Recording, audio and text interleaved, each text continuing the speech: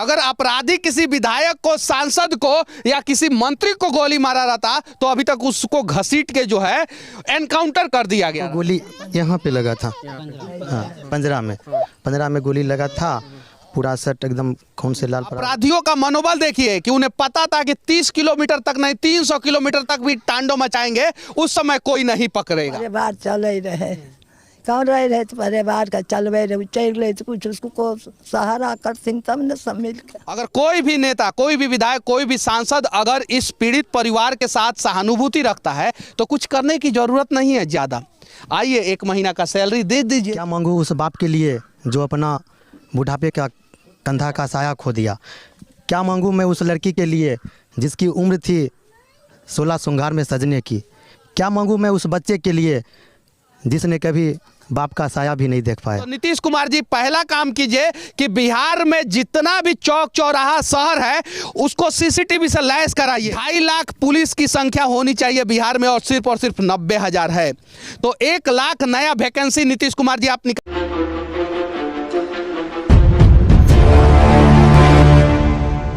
बेगूसराय जिला में 13 सितंबर को एक ऐसा घटना घटा जिस घटना ने पूरे देश को झकझोर के रख दिया।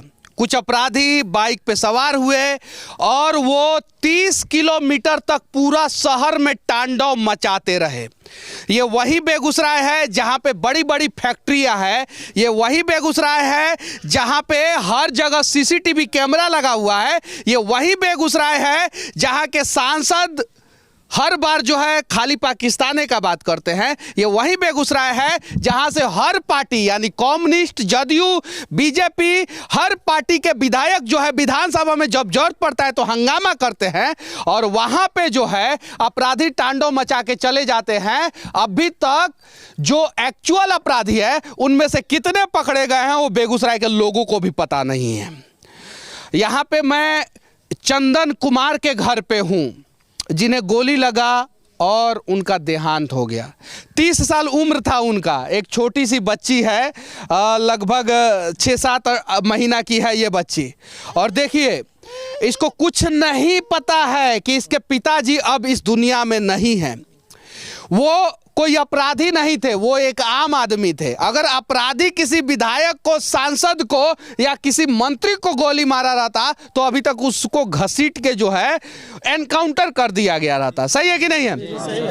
लेकिन अपराधियों का मनोबल देखिए कि उन्हें पता था कि 30 किलोमीटर तक नहीं 300 किलोमीटर तक भी तांडव मचाएंगे, उस समय कोई नहीं पकड़ेगा। और अभी तक जितना भी सरकार ने सीसीटीवी चौराहा पे लगाया है वो किसी भी सीसीटीवी ने क्लियर अपराधी का चेहरा जो है वो नहीं पकड़ पाया है। सही है कि नहीं है? जरा सोचिए फिर सीसीटीवी लग क्यों रहा है। और यहाँ पे चंदन के भाई हैं, पिताजी हैं, चंदन के जो है जो बेटी है वो है और चंदन के ये गांव वाले हैं। अलग अलग जाति के सभी लोग होंगे। जातियों में हम बिहार के लोग जब तक बटे रहेंगे तब तक यहाँ के नेता जो है हमें जानवर ही समझेंगे। और ये लोग जो है अगर जातियों में नहीं बटे रहते, शायद जो है सिस्टम के खिलाफ पहले से आवाज़ उठाते तो शायद बेगूसराय में इस प्रकार का घटना नहीं घटता। और अब जो अपराधी पकड़े गए हैं उनके लिए आंदोलन हो रहा है। कुछ दिन पहले जो है हत्या हुई थी, गोली चला था, उसके लिए आंदोलन हो रहा था। क्या नाम हुआ आपका? शत्रुघ्न कुमार। आप माता जी हैं क्या? नहीं, दादी हम चंदन के दादी हैं। अब जरा बताइए हम मीडिया वालों का क्या कर्तव्य बनता है? मजबूरी में इनसे भी सवाल पूछना पड़ेगा, इनसे भी पूछना पड़ेगा, इनसे भी पूछना पड़ेगा। जबकि यहाँ पे एक आदमी की मौत हुई है, उनकी पत्नी से भी जाके सवाल पूछना पड़ेगा। क्यों? क्योंकि आप आँख वाले लोग भी सच्चाई को नहीं देख रहे हैं तो हमारी मजबूरी है कि हम दिखाएं। कहाँ काम करते थे चंदन? भैया का फील्ड वर्क काम था जो अब यहीं चलता था बेगूसराय डिस्ट्रिक्ट में ही, और यहीं जीरो मिल के पास उनका ऑफिस है। और जिस दिन घटना घटी है उस दिन उनका ड्यूटी जो था बनवारीपुर से वो अपने ऑफिस लौट रहे थे। इसी दरमियान क्या चीज़ से लौट रहे थे? मोटरसाइकिल? अपने बाइक से। इसी दरमियान लगभग 5:30 बजे के बाद ये घटना हुई है। 6-6:30 बजे तक हमें पूरे ग्रामीण को फ़ोन आने लगा पब्लिक के माध्यम से दोस्त के माध्यम से। उनको गोली कहाँ पे लगा था, मतलब शरीर में? उनको गोली यहाँ पे लगा था, हाँ पंजरा में गोली लगा था। पूरा शर्ट एकदम खून से लाल पड़ा हुआ गोली था। लगने के कितने देर बाद उनका मौत हो गया? हॉस्पिटल हम लोग को तो हो गया था, हॉस्पिटल जो आएगा तो उसी दरमियान हो गया था मौत उनका। उसी दरमियान। आप पिताजी हैं जी? क्या नाम हुआ आपका? गोपाल सिंह। गोपाल सिंह। अच्छा, आप क्या करते हैं? हम गुवाहाटी में रहते हैं, प्राइवेट कंपनी है, कार्बन का ऑफिस में रहते हैं। कार्बन की कंपनी में। अच्छा, आपके बेटे को मार दिया गया, कुछ नेता लोग आए थे यहाँ पे? नेता लोग तो आए कितना आते हैं जाते हैं। मदद किए कि नहीं कुछ? मदद तो अभी कहाँ कुछ दिए हैं, नहीं बच्ची का कुछ व्यवस्था हुआ है, बच्ची माँ का व्यवस्था नहीं हुआ अभी। कितना साल पहले उनका शादी हुआ था? 1.5 साल पहले शादी हुआ था। अब जरा सोचिए, 1.5 साल पहले शादी हुआ था, जिस लड़की से शादी हुआ था उनका, उस लड़की का क्या गुनाह था, इस पिता का क्या गुनाह था? ये दादी जो है वो अनाथ हो गई बुढ़ापा में। जिस चंदन को मतलब कि सहारा बनना था, आज वो सहारा जो है कहीं नहीं तो कहीं जो है छोड़ के चला गया। ये भाई का क्या गलती था, ये गांव के लोगों का क्या गलती था?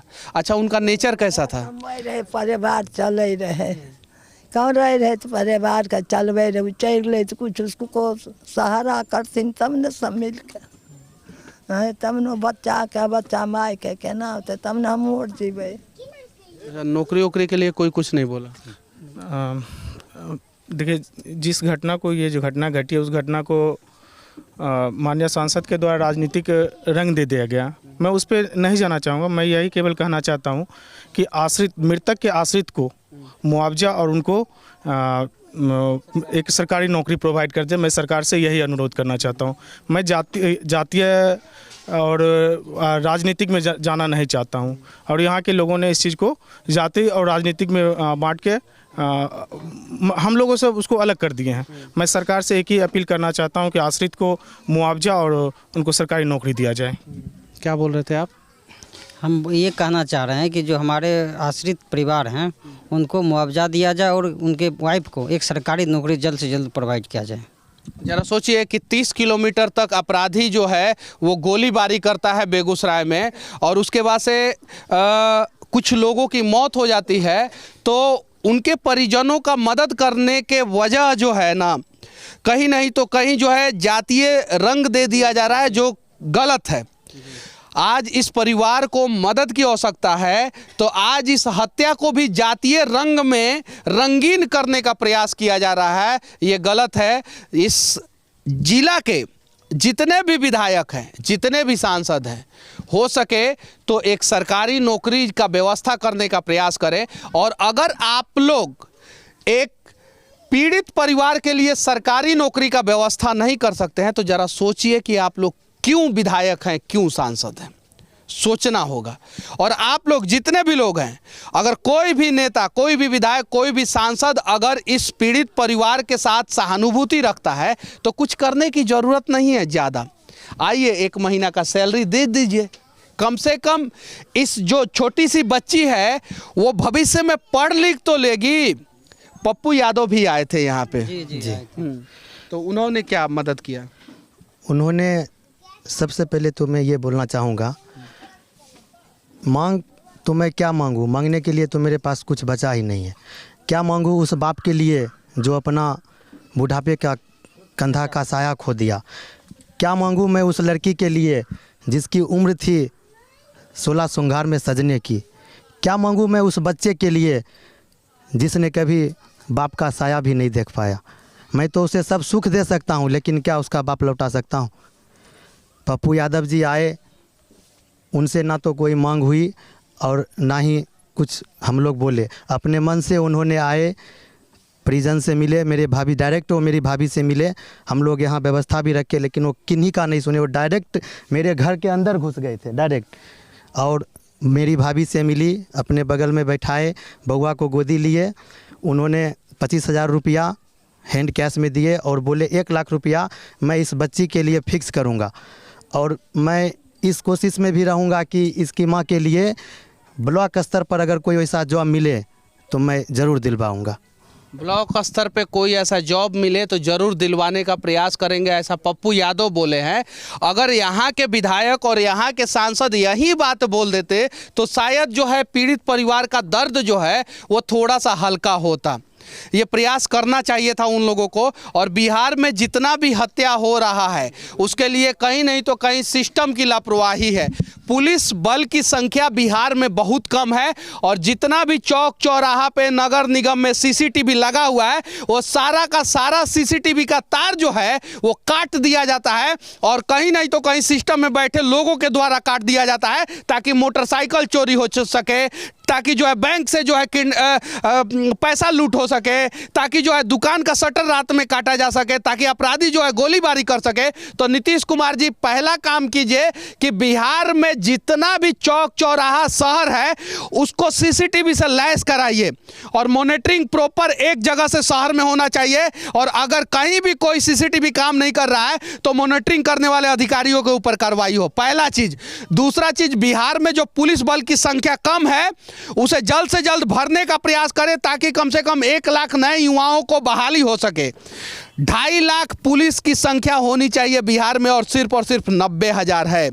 तो 1 लाख नया वैकेंसी नीतीश कुमार जी आप निकालिए ताकि जो है ये युवा जो है पुलिस में बहाली होकर जो है बिहार का रक्षा कर सके और इस प्रकार का अपराधी कोई तांडव न मचा सके। विनती है जो अपराधी पकड़ा है अगर हकीकत में वो अपराधी है तो हम लोग ये मांग करते हैं उसको फांसी की सज़ा दिया जाए। ये नहीं कि नीपा पोती करके जातीय रंग देकर कोई पार्टी पॉलिटिक्स करके उस धरना पे जो भी लोग बैठे हमसे उनसे निवेदन है कि वो धरना पे न बैठे, अगर वो हकीकत में अगर दोषी है तो उनको फांसी की सज़ा दिया जाए। यस सर, मैं भी यही कहना चाहूँगा कि जो भी यदि दोषी है तो उसे फांसी की सज़ा मिलनी चाहिए। जो व्यक्ति दोषी है उसको जरूर फांसी मिले, जो निर्दोष है उसको छोड़ दिया जाए। ये नहीं है कि जो निर्दोष है उसको पकड़ लिया, जो दोषी है उसको छोड़ दिया जाए, ऐसा नहीं है। जो दोषी है उसको जरूर फांसी मिले, बीच चौराहा पे जाकर उसको फांसी दिया जाए। मैं सांसद महोदय से कहना चाहता हूं, ये वही सांसद महोदय हैं जो बार बार हर बात में हिंदुस्तान पाकिस्तान कहते हैं। जो ही वो आए उन्होंने अपोजिशन सरकार के खिलाफ वो नारा लगाना शुरू किए और अपने लोगों को कह रहे थे सरकार के अगेंस्ट बोलो, जिसके कारण से जो लोग सरकार के समर्थक थे वो उनके विरुद्ध आवाज़ लगाना शुरू किया और वहीं से जातीय रंग देना शुरू हो गया इस बात को। और हम लोग पीड़ित परिवार उससे दूर होते जा रहे हैं और वो आगे की राजनीतिक जाति और पार्टी में चलती जा रही है। जितने भी नेता हैं वो यहाँ पे मौत पे राजनीति करने ना आए, जातीय रंग ना दे। हो सके तो इस परिजन के साथ इंसाफ करने का प्रयास करें, हो सके तो इस परिजन को मदद करने का प्रयास करें। जय हिंद।